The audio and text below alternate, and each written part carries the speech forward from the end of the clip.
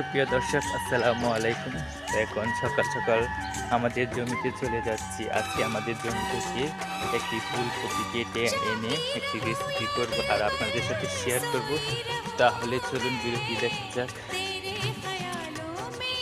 জমিতে চলে আসলাম, তো এখন ফুলকপিটা কেটে নেব।